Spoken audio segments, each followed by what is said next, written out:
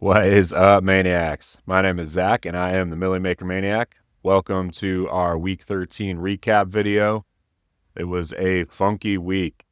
Not very stack-centric, low scoring at quarterback. We had a defense break the slate in the Seahawks, which makes a lot of sense because I told you all that my favorite game of the week was the Vikings and the Seahawks, the most likely to shoot out, betting on an undrafted free agent quarterback against rookie quarterback in that against one of the best defenses in the league in Seattle. Don't know how I could be wrong on that prediction. There's times when, to win this Milly Maker, we're going to have to take risk, but there's a difference between being aggressive and taking risk and being stupid. And reflecting on this, being excited about Max Brosmer was stupid. So, my bad on that one, guys. My apologies for leading you astray there. Yeah, this week actually feels like a big win for me. I only lost $50 uh, after the last few weeks, the stretch that I've been on. It's nice to just have a small loss rather than the big losses we've had over the last few weeks. Really leaned in more to more conservative and responsible bankroll management this past week. That was really my game plan coming into the season, was to really lock in on cash and multipliers and smaller tournaments to try to generate like a consistent profit, and then go after the Milly Maker in smaller chunks each week. The goal obviously is to take down the Milly Maker. That has always been the goal. And that's why I call myself the Milly Maker Maniac, is to pursue that. But what I found, what occurred is in week 2, I had a big win, banked the 16 grand, and I kind of just threw all that out the window and started maxing out the Milly Maker, and didn't hit before all that. Those winnings were gone, unfortunately, and I got away from the bankroll management strategy that I had come up with over the summer, and just was losing consistently. One of the things I think is important to understand when we're chasing these big GPPs, if we put in 150 lineups, our chance to break even on that, if we don't have an edge on the field, and even if we have an edge, maybe it's like 1% on the field or something like that. And so far, I've shown not to have an edge, but it's only about 4% chance to break even on a weekly basis in those tournaments, just because you have to have at least one lineup really in the top 25 to get to that 3K mark to break even. So week in and week out, it's a low percentage to break even. And there's really only going to be a week or two a season that we're going to pay that off, even if we are making like all the right choices in GPPs. Now in cash and multipliers, we give ourselves a much better shot of breaking even week in and week out. So that's why we want to diversify our approach to the game. So all that being said is I got away from what my game plan was as far as being like consistently profitable, and I took a big swing at going after the Milly Maker. And that's still the goal, but we're going to chip away at it a little bit more. I did not max out the Milly Maker this week. Did some smaller lineups. I'm also playing around with maxing out some of like the smaller tournaments, like 50 cent tournament that DraftKings has, by using the optimizers just to see the difference between like how do my hand-built lineups versus a couple different optimizers perform week in and week out. So that's my game plan moving forward. Really want to get this to where we can have some element of consistent profitability to give us more and more shots at taking down that Milly Maker. So all that being said, in cash this week, my cash lineup was actually one of my best lineups. This was my best lineup in the Milly Maker. We got off to a good start. My big win on the week was Bijan. I had 70% Bijan. I liked HN, but I felt like the field going 47% HN.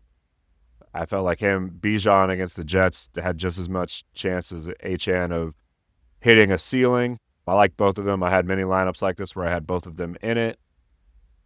But in the morning portion of the slate, I was looking really good with Bijan as one of my core plays. But what killed me was in the afternoon. Had a lot of JSN, had a lot of Vikings receivers, had a lot of Chargers receivers, and that didn't play out the way we needed it. And then I faded. I did not have Seattle's defense, which in hindsight, I didn't spend as much time this week as I normally do on building these out and thinking through scenarios. What I should have got to is, yeah, I could still have, 5% Brosmer lineups because I did think that that was a sneaky play, but I needed to have some leverage against that, some contingency plan by having plenty of lineups with Seattle's defense as well, and I just didn't do that. So that was my big miss. You needed to have Seattle's D, and at quarterback, really, it was kind of what I predicted, where you could punt. The biggest score this week was Jacoby Brissett at 23.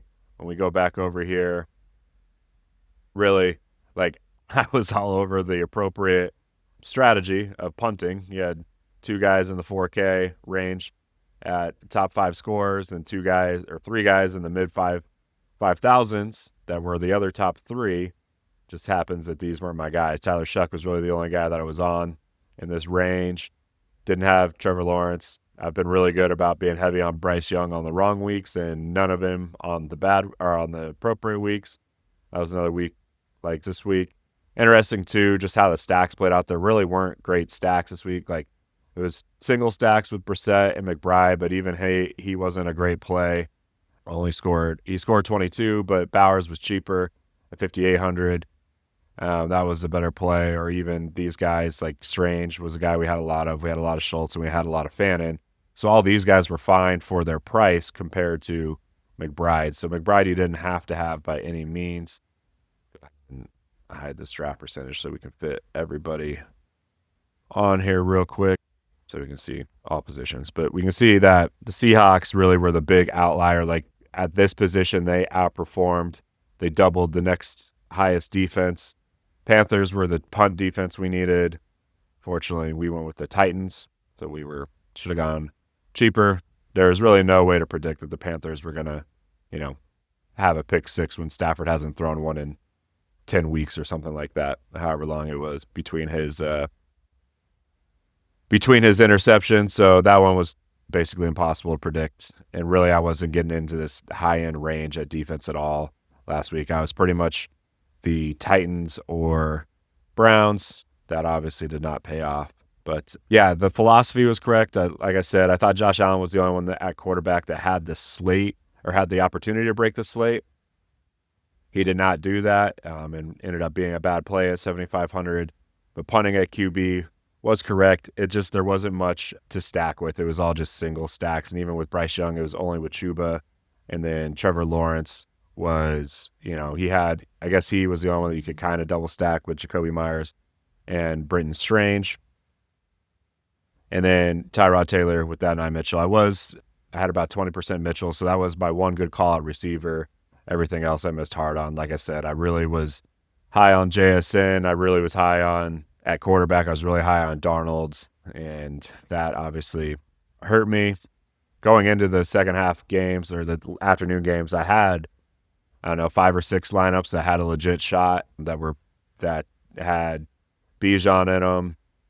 At that time, they had Britton Strange and Fannin, and Schultz. Like, all 3 of these guys were near the top of the leaderboard for tight end, so they were all very much in play.